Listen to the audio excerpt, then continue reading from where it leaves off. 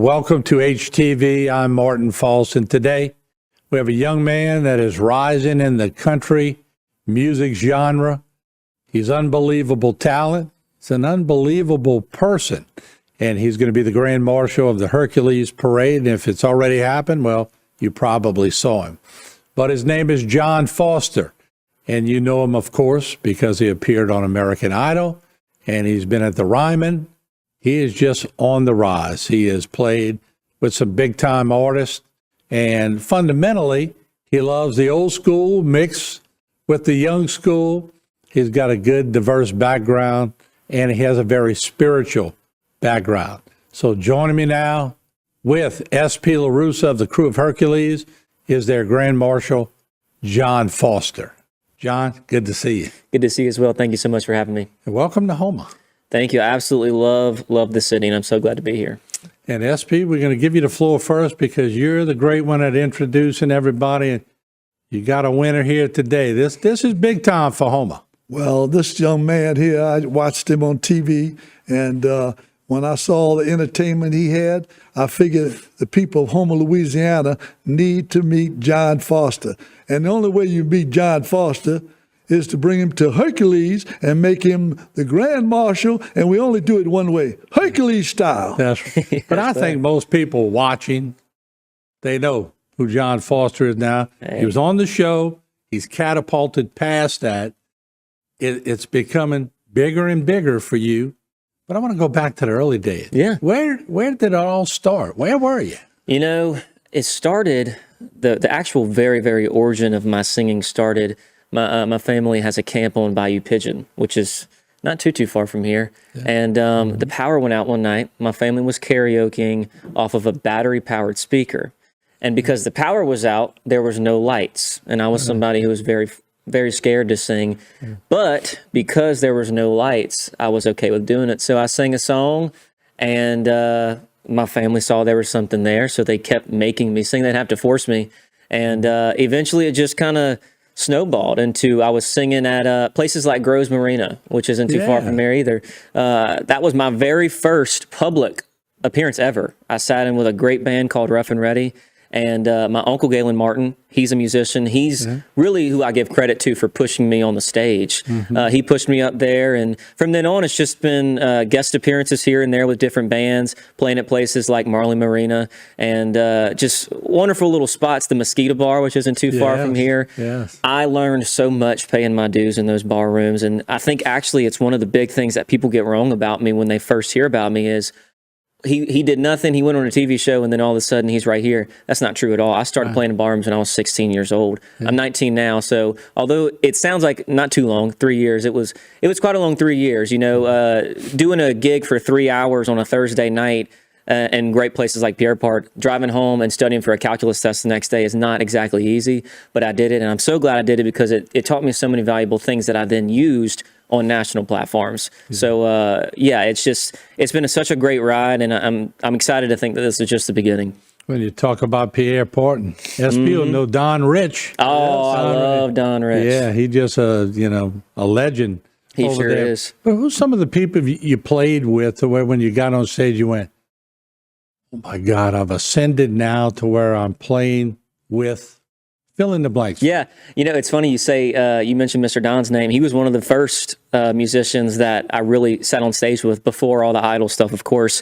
I was raised on swamp pop. I was raised on 80s and 90s country and swamp pop. And so Ryan Foray, Don Rich, all these great people, Junior Lacrosse, that was the soundtrack of my childhood. And so when I got to sing with Don Rich, that was very big for me and still is. I love him. In terms of people that were kind of near the show, being on the same stage as Lionel Richie for me was really big. And recently, somebody that I was able to open for, and I'm actually opening for him again next Thursday, is Clint Black, who is one of my absolute favorite people. I absolutely adore Clint Black. I love his sound. I love his voice. And, people like Luke Bryan, who's a big country name. I was able to share the stage with him, and it's been such a great, diverse list of people. You know, Josh Groban, people that are kind of apart from my country world, But each one of them, I took a little bit of something, you know, a little bit of advice from here, a little bit of advice for there, advice from people down here at home, like the great, you know, once again, Ryan Foray, people like that. And they all kind of combined to make the artistry and the persona that I am today. See, Clint Black and Lionel Richie, they transcend generations. We grew up listening to them. They were big time back then. So you get to go on stage with them. They're older. What kind of advice do they give you? Man, you know, Clint, especially because he's in my lane, you know, he couldn't be more in my lane than anybody. I love his sound, his old country sound. And it's a lot of encouragement. It's a lot of encouragement. It's a lot of, I was in your shoes, and just to know whatever you're feeling right now, if you're feeling, you know, that it's too tough or anything like that, it's a lot of encouragement. It's a lot of, God put you in these shoes for a reason. And no matter if it doesn't seem like it's going to work out today or tomorrow, it will eventually. That's the main points that I get from those legends, because it's very true. Most of them had to fight for it. I mean, everybody, anything that's good is worth fighting for, right? And so they all had to fight for it, and that's their encouragement to me, is to let me fight for it as well. We'll take a short break. When we come back, more of John Foster. Don't go away. And welcome back, as I had a chance to sit down with John Foster, who is really on the rise in country music. You saw him in the Rose Bowl parade. He's played at the Ryman. He's going to be on tour with Clint Black. He's been with Lionel Richie. My God, he is just a great young man who has a lot of talent, and he has a lot of confidence. And that's what I liked during the interview, a lot of confidence. So let's listen in again as I spoke with an upcoming star in the country music genre. Some of these places that you're playing in is hallowed ground. Oh, absolutely. With the Ryman and I mean, yeah. Grand Ole Opry. Yeah. It's just, and here you are. It's so amazing. You know, I was in high school, I was a member of many clubs, you know, Beta and Educators Rising. I was also a member of student council, so I was big in leadership. And I went to a leadership camp in 2022, and we had to write down on a piece of paper a goal. And it had to be a goal within a time frame. It had to be something that you realistically think you can do. And it had to be something that you're going to put your entire might towards. And I said, okay, I'm going to write down my goal. I just started getting into music, and I said, I'm going to write it down. I will play at the Grand Ole Opry before I'm 30 years old. I did it at 18. So I think that stepping on that stage, and I actually found that piece of paper, and I'm gonna frame it next to my debut poster. But it's just such a firm reminder for me, because you hear people tell you, you know, dreams come true, work hard for your dreams that come true. And a lot of times it goes through one ear and out the other, right? You think dreams come true for other people, not for me. It's not true. Dreams come true for everybody. I have living proof on paper. You know, that was one of my very biggest goals. And to say that I've now played the Grand Ole Opry 10 times is something that I can't believe is coming out of my mouth. How do you handle the nerves? You never seem really nervous. Is that something you've always had, or is it something we just don't see? Both, I'd say. I would be sitting here lying to you, which I try not to ever lie, if I said that I was never nervous. Yeah. A lot of it is, you know, inward. I just feel sometimes, because nerves mean I care. Right. You know, and this goes for not just me, but for anybody listening out there that has to ever do anything that they feel nervous about. Nerves mean you care. I was actually told that by Josh Groban when he asked me, you know, anything you want to ask me. I said, how do you manage your nerves? Do you get anxious? You know, just Josh Groban, singer of, you know, You Raise Me Up and all these great hits. Yeah. Do you get nervous? He said, man, I get so nervous before I go on stage every time. I said, why in the world do you get nervous? Because I care. And he said, I want you to channel that. Whenever you feel nervous, whenever you're about to go on stage, don't say I feel nervous because I'm about to mess up. I feel nervous because I care. When you change that perception, that really helps. It's still going to be in there, but guess what? That nerve is going to help me. That's going to push me. I need to do the very best I can, especially when I'm playing shows where people are coming, they're buying tickets. People are paying for me to give them a great evening. That means something to me. That means something to me. And those nerves push me. I'm going to give these people the very best performance, the best night that they can, because them getting dressed up and driving down and buying these tickets, it means something. So, yeah, to answer your question, I do have nerves, and they help me sometimes, actually, but I just have to put them in the right perception. Everybody I've interviewed in the music business, including Tommy Shaw, who played for my gig when that year I got to do what you're doing and be the king of homeless, but he told me he got nervous before everything. And I'm sitting there going, Tommy Shaw gets nervous? You You're right. It's natural. You're alive. That's it. When, That is it. When you do it. But when you're up there, now that you started getting a little comfortable with it, how does it make you feel when you're sitting on a stage, like in Ryman, you're sitting there looking out and you're going, man, I got to pinch myself? I know. I've learned over the past couple of months. It's really just been a year that I've been doing all of these really, really big, great stuff. But I've learned to stop. And like, because I would, for my opry debut, the number one thing people told me was, slow down and take it in. Slow down and take it in.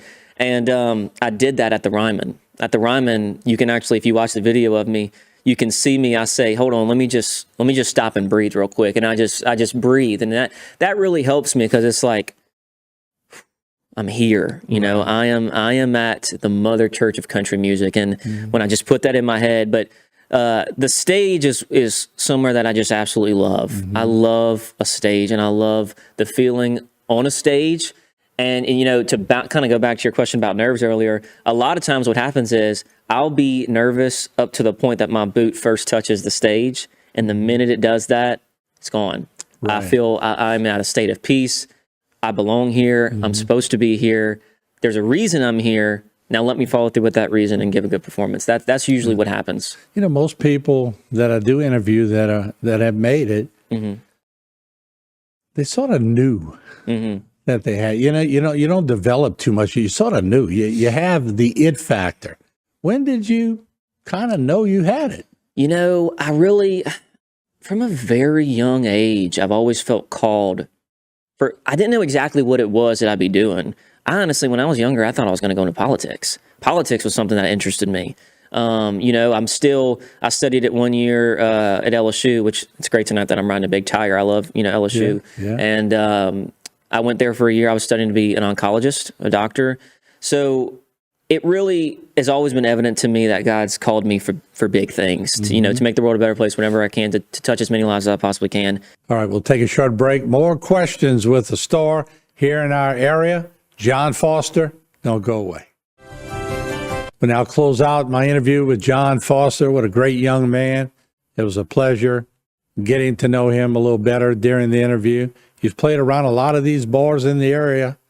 In Groves, he's played at the Mosquito Bar, a lot of other places. So he's played with a lot of the locals like Don Rich and others for sure. So let's continue my interview with him and let him tell you in his own words. Music was not a sure thing for me until I was really 16 or so years old. I didn't start singing really. That story that I told you about the camp, I was right about to turn 15. So that was only 4 years ago. So I came into music a little bit later than most. A lot of times you'll talk to musicians and they'll say, oh yeah, I started singing when I was 5, when I was 6. That wasn't me. I came from a very musical household in the sense of listening. My family always had a radio on, playing 80s, 90s country or swamp pop. But I didn't come from a very musical family in terms of creating music. So it was kind of a little bit of a surprise to me when I started getting into it.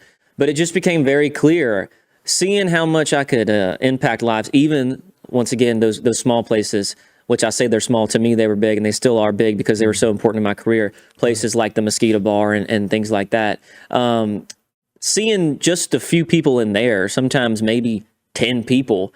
But if there was one person that night that really felt something from me, if there's one person that was touched by something that I sang, or if there's one person that came up to me, my dad played that all the time when I was little, and he passed away 10 years ago, but thank you for singing that tonight because it reminded me of my dad. Things like that even those little moments, there was that feeling inside of me. Okay, this is what I'm supposed to do. This is why God put me on this earth, to touch people through music, to let people remember memories through their music, to let people grieve, to let people celebrate anything, because that's one of the great things about music. It's universal. It's there for any occasion. And yeah, so that's when I say it was those little moments that told me, this is what you're meant to do. This is what you're going to do for the rest of your life, because this is where people are most touched by you. It's that music.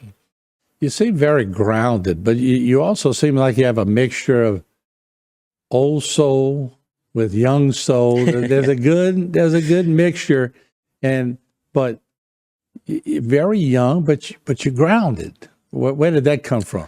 Oh, yeah, that's an easy question. My faith. Each and every person in the world can be grounded in faith, because when you put stuff in perspective, I'm this big. You know, I'm this big. I am a channel. I'm not a source of good. I'm a channel of good. I'm not a source of peace. I'm a channel of peace.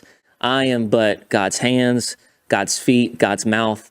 I am just a servant. When you ground yourself in that, everything becomes easier. Everything becomes clearer because you're not wondering, you're not waking up in the morning, what am I going to do today? What is it going to be about me? What am I going to do right? What am I going to do wrong? God, work through me today. Work through me. I'm going to do the very best that I can in whatever I do. You do the rest. Once you ground yourself in that mindset, and that, once again, I am but a servant. Humility is key, of course, as always, but that's always kept me grounded. I've had a very strong faith ever since I was a wee little boy, and it just has always been something that has been very, very prevalent and very important to me. Before music, before anything, that always came first. You know, I think of Hank Williams. I don't know why I'm thinking of Hank Williams as I'm looking at it, but, you know, he went through all those areas and all that. Mm-hmm. When you were growing up, who were some of the old timers? Did Hank Williams impress you? Were you too young for that, or did you really dig down deep and listen to some of that old stuff? Oh, absolutely. You know, the really older stuff kind of came a little bit later. Mm-hmm. But like I said, 80s and 90s was what I really grew up on, because that's what my parents, usually you grow up on the things your parents play, because when you're 6 years old, you don't exactly have the mindset to be creating your own musical style. Mm-hmm. So I listened to what my parents listened to. They listen to 80s and 90s country. So the number one figure of my childhood in terms of most played was George Strait, obviously. Yeah. I think that really reflects in my music and in my everything, really. He's my number one influence. But as I got older, you know, on Christmas in 2015, I think it was. So I was, I was 9 years old then. I got a record player, and my mom gave me a couple vinyls. The first vinyl that I ever had was Patsy Cline's Greatest Hits. So that's a decade back, you know. Yeah. So I loved Patsy Cline. I got a Loretta Lynn vinyl. I love Loretta Lynn. Mm-hmm. And these great people, like you said, Hank Sr. too. Mm-hmm. Hank Sr. to me is just, he's the root of it, you know, his songs and stuff. So you can't talk about George Strait and all these great people if you don't talk about Hank Sr. in my mind. You know, he really laid a foundation for us. And so, yeah, but to answer your question, yes, it was 80s and 90s at the beginning, and then I started just kind of going back, and now I listen to everything from the 20s back with, you know, Jimmy Rogers, really, really foundational people, all the way up to there's still people out there today doing great country stuff, so I listen to them as well. Your songs, you love ballads. I mean, I'm a ballad guy. I know you love ballads, but they all they have spiritual overtones. Yeah. I mean, you bleed who you are. Yeah. Yeah, it really is easy for me to be who I am, because I've known that for a while. You know, I've known who I am and what I need to be, and so it's very honest for me whenever I talk about these kind of things. I love doing things like this, because it just lets me, from a really genuine point of honesty, talk about the things that inspire me, the things that ground me, like you asked about, and I'm glad that to hear and see that it's shown through my music as well, because that's really the important thing, right? It's making sure that people know me through my music, because that's what I'm known for. Yeah, I love ballads, and I think that's what captivates, you know. Yeah, right. Music to me, but when you talk about ballads, you're going to be doing things with Lionel Richie. Yeah. I mean, yeah, he had a couple of, you know, fast-paced tunes, but mostly a ballad guy. Oh yeah, absolutely. You gravitate to that, don't you? I do. I really, really do. You know, when I was playing gigs in restaurants and bars, my number one obstacle to doing a 3-hour gig was I have to play fast songs. Like, I would have to really be very, very intentional about, okay, you just played a slow song. I want to play another slow song. I need to make sure that the crowd is still into it. I need to play a fast song too. Because if you would let me, I would sit there and sing He Stopped Loving Her Today, and, Amarillo by Morning, and all of these either slow or mid-tempo songs, because that's just my stuff. I absolutely love that. And that's, of course, not to say that I don't love upbeat country as well. I mean, there's a time and a place for everything. But if you gave me a choice and I could only choose one, it would be ballads every day of the week. Do you gravitate more towards solo artists? Because, like, we were talking about Tony Hazelden before in my office, and of course he wrote a number one for George Strait. But while we were in Nashville at a restaurant, there's Larry Stewart and Restless Heart, and there's Alabama. And you were talking about the 80s bands. They were huge. 80s bands were so huge, and for a reason, because they were amazing. I love the band Alabama. I love Shenandoah. Restless Heart. Lone Star was a little bit later. Little Texas. They had some really, really great bands. And like you were saying, the difference between solo artists and bands, that's always been something that fascinated me, because you put one person, just a solo artist like myself, but then you get this band, you get a culmination of 5 or 4, however many it is, really good artists. It reminds me, I recently had the opportunity to meet, there's a group called the Frontmen, and it's a super group. It's the lead singers of Restless Heart, Lone Star, and Little Texas. So I recently got to meet all of them, and to be one show to have the hits of all 3 of them, what might have been, Why Does It Have to Be, Amaze, to have all of that in one, it was really, really cool for me. But yes, I absolutely adore bands, especially from the 80s. Harmonies that yes, drawing. Yes. And that was a big era for harmonies. It was a huge era for harmonies. It's, I think about like Song of the South, Dixieland Delight. Yeah. The harmonies in those songs are really incredible. If you couldn't like those songs, something was wrong with you. I agree. SP probably liked those. Oh, sure. Yeah, SP, I could tell you getting into this young fella right here. 85, I enjoyed it, I guarantee you. This guy, when I saw him on TV, American Idol, when I saw him, I said, he will be my grand marshal for Mardi Gras. And man, we start making calls and hooked up with him, and he's going to do an outstanding job. I mean, he's at the time with Hercules, we have over 1,000 riders. Yeah. 39 floats going to be in this parade. Biggest parade. Blaine Kearns says we probably in the top 3 in the whole Louisiana, counting Bacchus and Endymion. He was down here yesterday, and the floats are going to be outstanding. Hey, we just going to do it one way, Hercules style. That's it. Well, let me just tell you, when you turn the corner, I saw you did some Elvis songs, quite a bit. You like Elvis. But I can promise you one thing. When you turn on West Park and the parade starts and you see the people and you see their enthusiasm, your legs going to start shaking like Elvis Presley. You're going to feel like Elvis Presley. I mean, people, and especially around here, they love music. Yeah. Oh man, this is a great musical hub. And we're going to be on this big tiger. Yeah. Yeah. I mean, look, I was scared to climb up there, man. But as a senior citizen, they had to put me up with a forklift. Well, you're going to be on the float with John. You're going to help him out. Yeah. How many people could fit on that float helping him? Well, they're going to be probably 6, 8 people going to be on there. Some of the people he brought down with him, and then some of the people, the sponsor, Waste Pro. Yeah. Yep. Is the sponsor. Yep. Yeah. Okay. Kearns turned around and told Michael, my son, says, well, there's a fee to get this guy down here. And Michael says, a fee? Michael said, don't worry. I got Waste Pro. Call him up. We take care of the whole expense. Love it. I love it. And John, so you get to share this age, the age that you're with. I saw you brought your lovely girlfriend with you. She gets to share these moments with you. That's really special at the age you are right now. It really, really is. Part of the best part of what I'm doing is being able to share it with those that I love. My friends, my family, being able to bring people along and let them have a little piece of what I'm experiencing as well.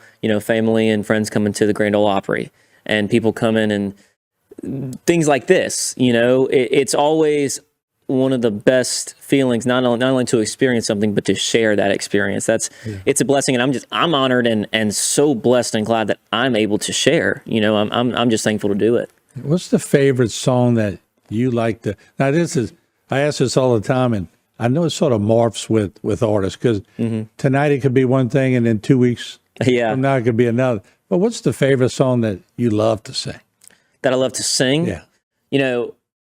Especially if I'm in my great home state of Louisiana, there's no song that really, really, really makes me feel more than Calling Baton Rouge. I love that song. Now, if I'm in somewhere else that maybe doesn't resonate with Calling Baton Rouge as much, I really love singing Courtesy of the Red, White, and Blue by the late, great Toby Keith. Yeah. I love Toby Keith. I love his legacy, and I'm a very patriotic person. I love the country that we live in, and to go all around this country and sing that song and see that not only is it me, but it's these people in Kentucky and North Carolina and Tennessee and all these great places that I'm going to. They love the country too, and it gives me hope. It gives me hope for the country, and it's just something that everybody can resonate with here. It's something that feeling of patriotism is something that we can all relate to. So that one really gets me going.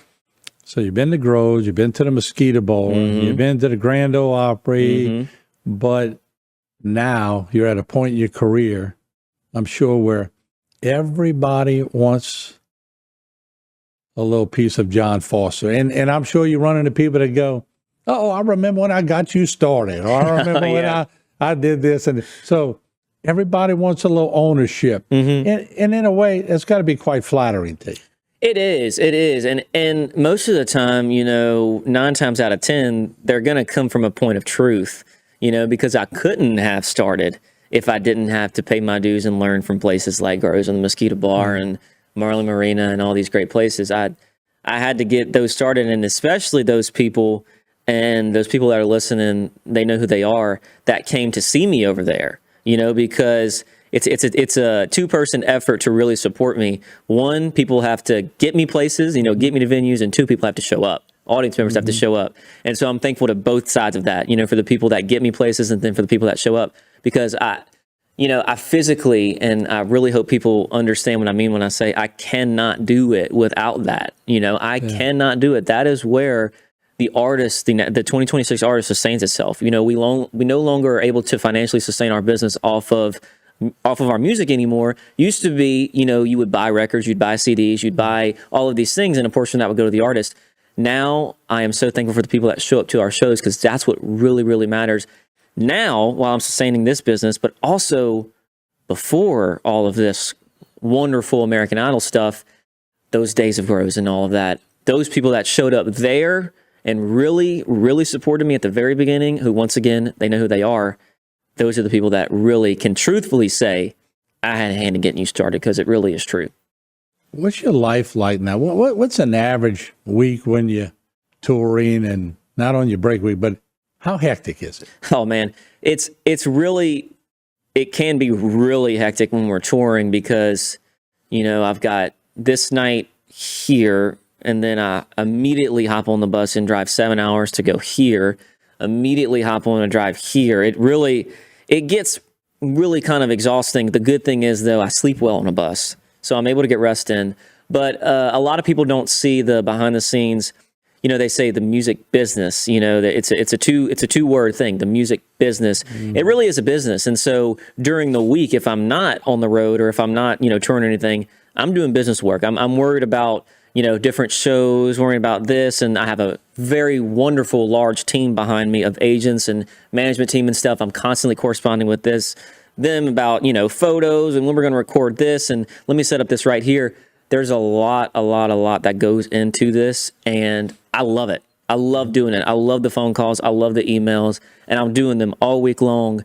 And once again, it's work, but it doesn't seem like work when you really love what you do, right? And I love what I do. So that's what a lot of my week consists of, is just connecting with people, really, and that's what I love. I'm going to ask you your favorite chord. Some people ask that too. They go, I don't know all of them, but then some of them ask it too, go, oh, definitely an A minor or an E minor. Or you have a favorite chord? Just one favorite chord. I'm going to have to say E. Okay. I like E. There's something, E is, of course, the lowest string. Yeah. And when you play just an open E, there's something really like, I don't know. To me, it's the most powerful chord, because if you play it once again, it has that open lowest string. That's what like Blue Eyes Crying in the Rain is in. That's what we play Folsom Prison Blues in. And just something about that open E, just really, I don't know. That would have to be my favorite, probably. Yeah. The one person you haven't met yet that you would love to meet. Easy answer. So I told you my biggest influence is George Strait, Yeah. right? He's my biggest influence on what I do. My favorite artist in general, and by artist I mean my favorite. That's when I'm when I'm deciding who my favorite artist is, I'm taking into all accounts. So songwriting, voice, persona, image, beliefs, all of that great stuff. It's Willie Nelson. Wow. Love Willie Nelson. Absolutely adore him, and I have not met him yet. And so. That is my number one thing. I've told my manager, please, let's see what we can do, because to meet him, he's really, they call him the last of the breed. Yeah. You know, to be alive in the 60s and to be a part of that scene, the 60s scene, and then to go on and be a part of the 70s scene and the 80s scene and the 90s scene. Yeah. He has been a constant, iconic figure since the 60s now, which is so incredible to me. My favorite song, so I told you those answers are my favorite song to sing, Right. but my favorite song in general, just to listen to, is an old Willie Nelson song called Funny How Time Slips Away. It's my very favorite one. I absolutely love that song. Something about it resonates with me. He wrote it, and it's just always been, it's a slow ballad, of course, and it's just always been one that I've loved. You are old school.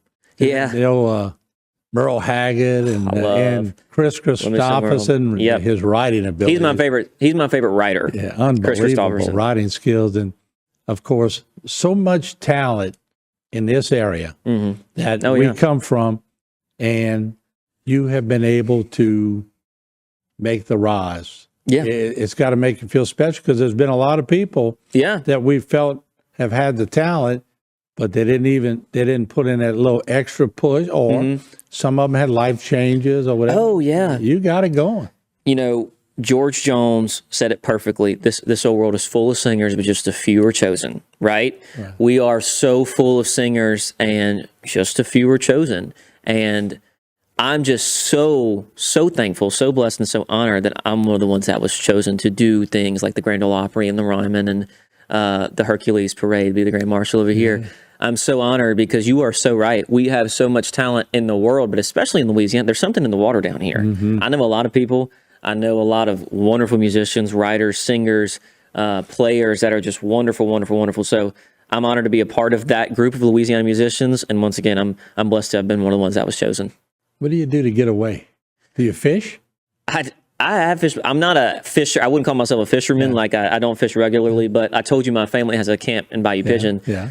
That's one of my favorite places to go to. That's one of the places where I also feel the most connected to nature, which enhances my creative ability, right? Because nature and creativity are very closely intertwined, because they're both things of God, right? They're both things that He blesses us with.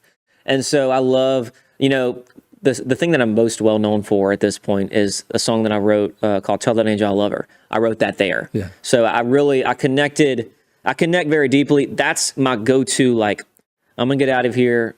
I'm going to the camp, Bayou Pigeon. That's where I'm going.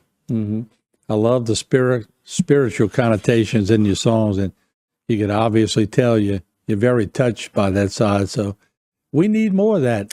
Yes, we in the do world today. Yes, we do. Absolutely. And it's up to us, is what I'd say. It's not, we can't just snap our fingers and say, all right, everybody, let's be faithful. We have to live as Christ would want us to.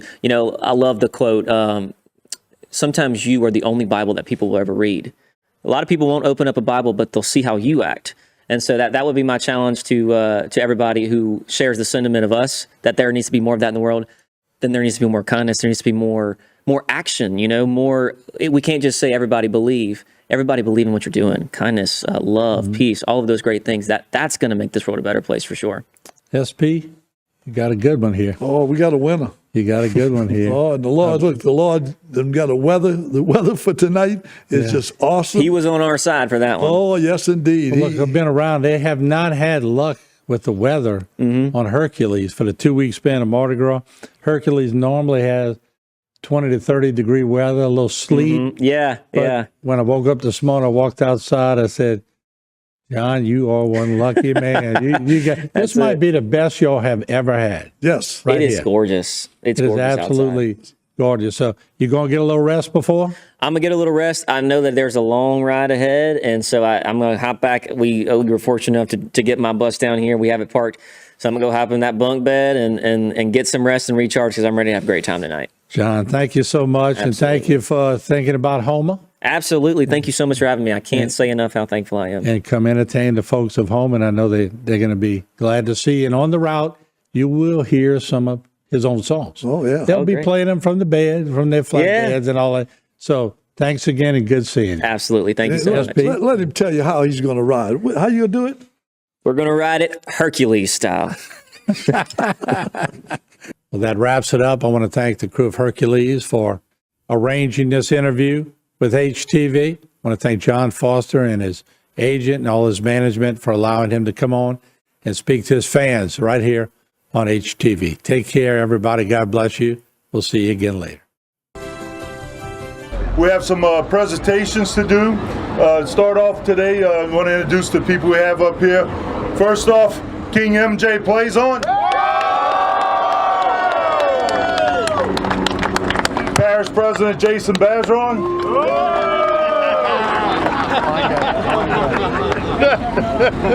Hercules founder SP LaRussa.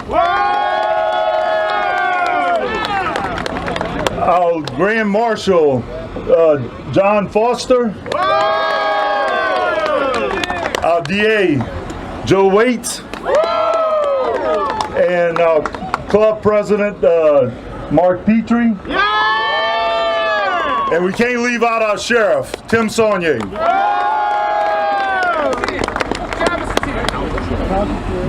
The council chair, Brian Pleasure. And Councilman Steve Trosclair, I see here. And we want to thank Martin False for coming out here and filming us today. We turn this over today to Parish President Bergeron. He's got a few things to give out. All right. Oop, on the cord, Clay. All right, we're going to start off with a couple honorary. Yeah, we're going to start off with a couple honorary grand marshals. I know one could be here and one could not. So we're going to start in the office of the parish president, City of Houma, Parish of Terrebonne. In the name and by the authority of the Parish of Terrebonne, know ye that I have nominated, constituted, and appointed, and by these present do nominate, constitute, and appoint, crew of Hercules, Honorary Grand Marshal Matthew Clemens. He's coming. I'm going to read the rest of it. Now, therefore, I, Jason W. Bergeron, Parish President, Terrebonne Parish, Consolidated Government, do authorize and empower said officer to execute and fulfill the duties of said office according to law, and to have and to hold the same with all the powers, privileges, emoluments appertaining by right thereto during the term of office fixed by law. In testimony whereof I have hereto set my hand as my official signature and caused to be affixed the seal of the City of Houma, Parish of Terrebonne, this 6th day of February, the year our Lord, 2026, signed by myself, Honorary Grand Marshal Matthew Clemens.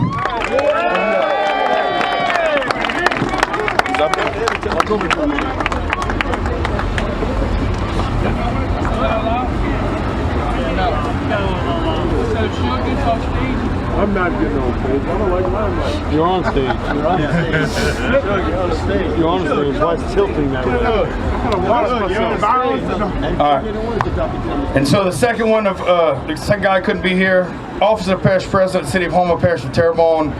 In the name and by the authority of the parish, know ye that I have nominated, constituted, and appointed, and by these presented, nominate, constitute, and appoint, crew of Hercules, Honorary Grand Marshal Keith Carter.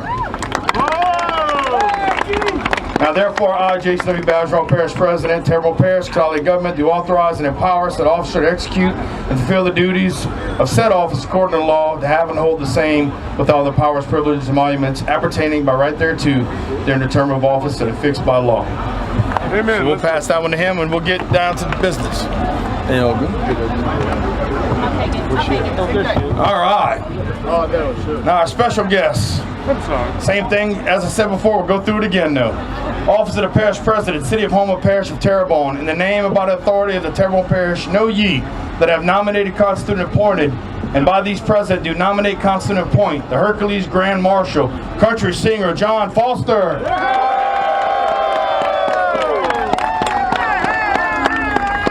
Now therefore, I, Jason W. Bergeron, Parish President of Terrebonne Parish, Consolidated Government, do authorize and empower said officer to execute and fulfill the duties of said office according to law and to have and to hold the same, with all the powers, privileges, and emoluments appertaining by right thereto during the term of office as affixed by law.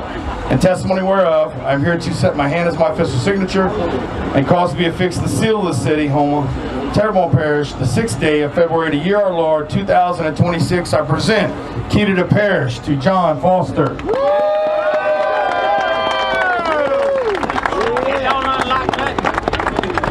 Congratulations. Thank you for being a great representation of Louisiana and now Terrebonne Parish, and we're honored to have you.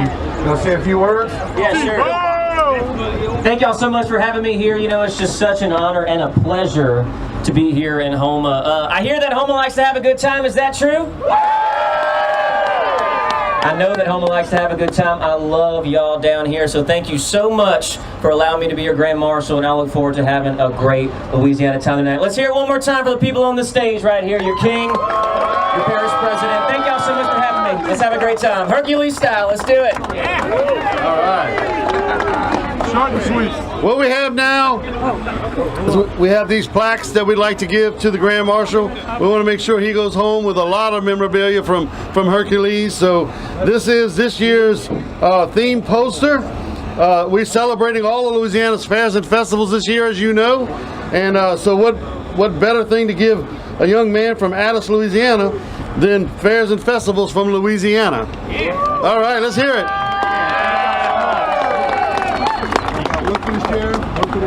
Also at this time, we'd like to give a gift out to our sheriff, Mr. Tim Saunier. We appreciate all the hard work that the Terrebonne Parish Sheriff's Office, Houma Police Department give during these times where we have safe Mardi Gras. Thanks to them, we appreciate all the hard work, all the overtime they put in. We also have one for our the DA, Mr. Joe Waits. We appreciate all his work and efforts as well. The sheriff. I said the sheriff, Tim Saunier, and our parish president, Mr. Jason Bergeron, right here. Let's give it up. Look, these guys work their asses off and really help us get this parade going on. And we have one for our king, Hercules 42. Oh, and I get one too.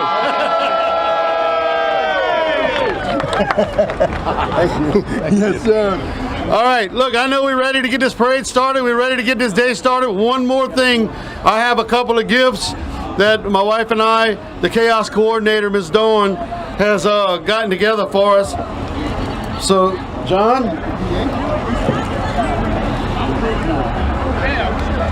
Got this for you. Thank you. I also have here a plaque that was made for John. Crew of Hercules, Grand Marshal, John Foster, February 6, 2026. King Hercules 42, MJ Plaisance. What have you drank today? And I have one more for you. I told you you're going home with a lot of stuff, so got another gift here for him. Well, I know. It's like Christmas. It's like Christmas. Oh, nice. Beautiful challenge. Yeah. Oh yeah, Travis, our chief of police over here. Thank you so much. We appreciate you. Sorry, dude. Forgot about you. And this is for Brooklyn. Okay. You want to open this one now? Yeah, let's do it. Okay, let's do this one. Let me hold them while you do it. Yeah. Thank you. You can just tear it open. Don't work. I would give you my knife, but there's too many policemen around here. What did he say with the paper? Rip it. You got it? There we go.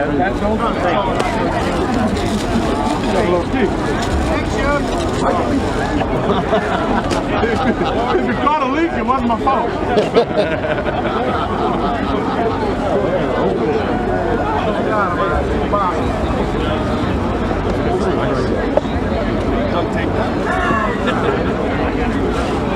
Oh, yeah. We want to make sure he never forgot Hercules when he puts this stuff in his house. There we go. All right. Now, John, you can't open these. This is for Brooklyn. These gifts are for Brooklyn, John's girlfriend. Am I right? Fiance? Girlfriend, fiance? Girlfriend, okay. Just want to clear that up. All right. One more. Oh. And we have one more gift. We have this beautiful Hercules jacket for John to wear. We have Michael Paul got a few gifts over here too. And this is for John. John, there you go.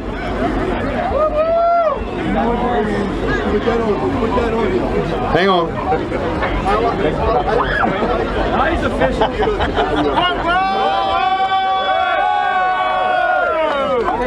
Hercules style! Yeah. Take your hat off, put it on. Centurion,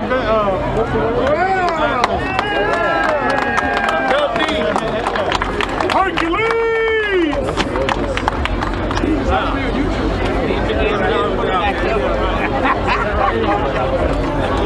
Hey, flip it. There you go. There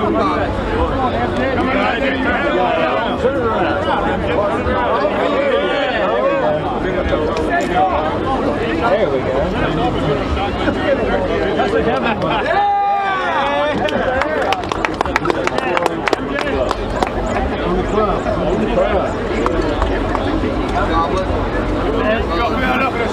I forgot about it. You know it was coming to Christmas. I did not know. This is awesome, man. Cocktail hour. It's just getting started. Yeah, now we're talking. Yeah, oh, that's awesome. Fill it up. Fill it up. I'm the King Jazz. All right, y'all ready to parade? Y'all ready to parade for Tark? All right, what's going to happen is we're going to let this crowd back up. We're going to get the Grand Marshal's bus through, and then all the other buses can just follow through. Behind my bus will be TBN, and then everybody else follow behind that. All right, y'all ready? Let's do it, Hercules style.